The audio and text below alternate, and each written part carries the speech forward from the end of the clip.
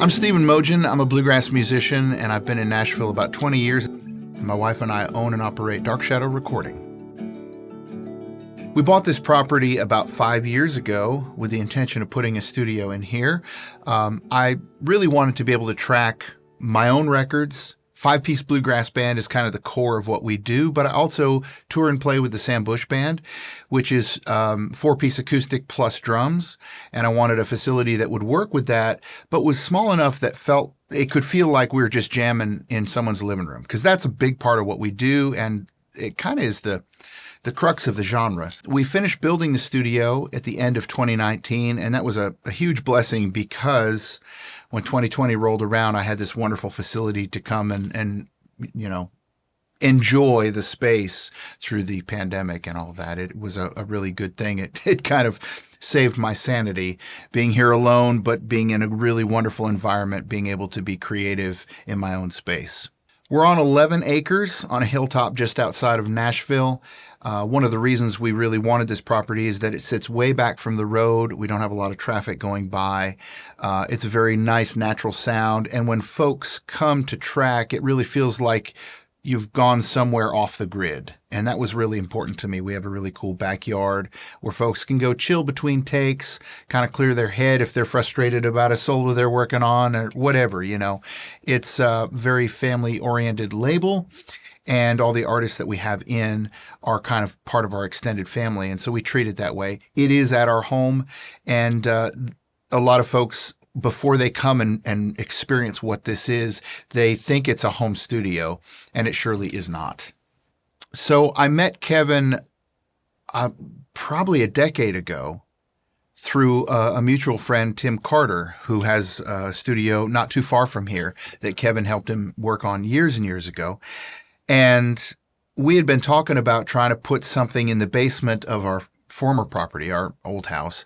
And fortunately, it never made sense to really make that happen.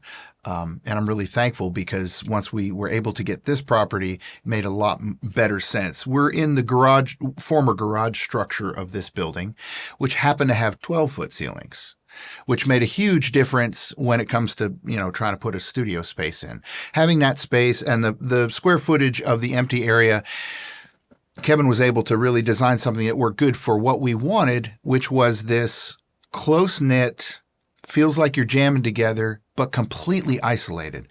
I've been here for about 20 years, and a lot of the records that we've made, almost every record I've ever been part of as a musician, has been completely isolated. And for bluegrass, that works so well because then you're not panicked about getting it perfect always. You don't have that added pressure. You go for the goal, but if somebody misses but the track is perfect, you can go back and fix a note or two here or there, and it works really nicely that way. And everybody I work with likes to make records that way. So we wanted our studio structured in the same kind of way.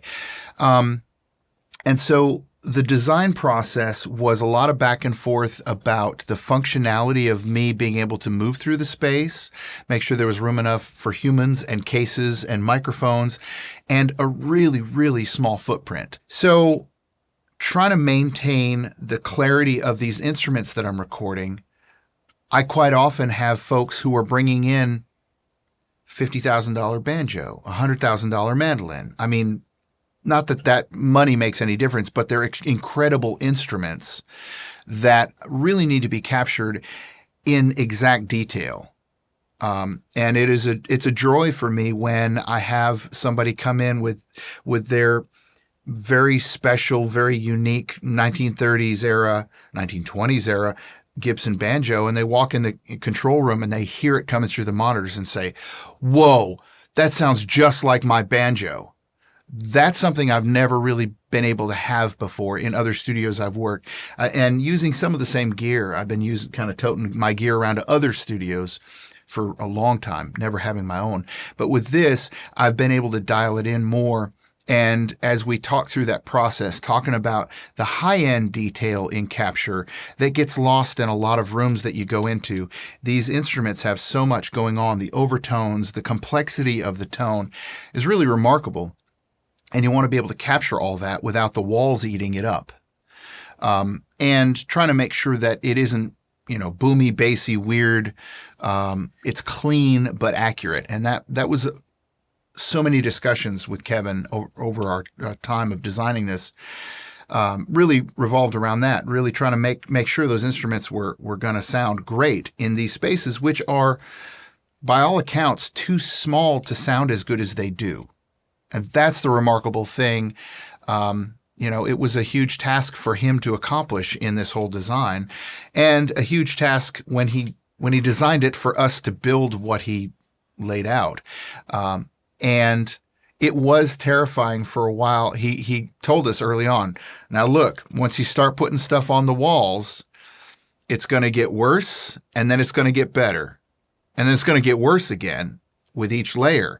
And it wasn't until we put the fabric on, we just all stood back and went, whoa. The feel of all of the rooms, they all feel tight but open, if that makes any sense. The tonality of the rooms is very tight. Everything is very present. It's crispy and detailed and nice, but there's an openness to it, and nothing is overly boomy, which is remarkable with the size booths we have. We have one small booth that, I don't even remember the specific dimensions, but it's a lot smaller than I thought a booth could be. And it feels pretty big. You could actually put a couple people in there singing group vocals if you wanted to. And with those 12-foot ceilings, it opens all the way up and it feels big and full. So we've been able to do a lot of different projects here. From bluegrass to kind of Americana. I've had a few clients in that were doing kind of drums, pedal steel, electric guitar, bass, which isn't something that I anticipated doing, but the facility is flexible enough. Throwing an amp in one of those rooms is just as good as throwing an acoustic guitar in there. So it's working for everything I throw at it, and it's pretty remarkable.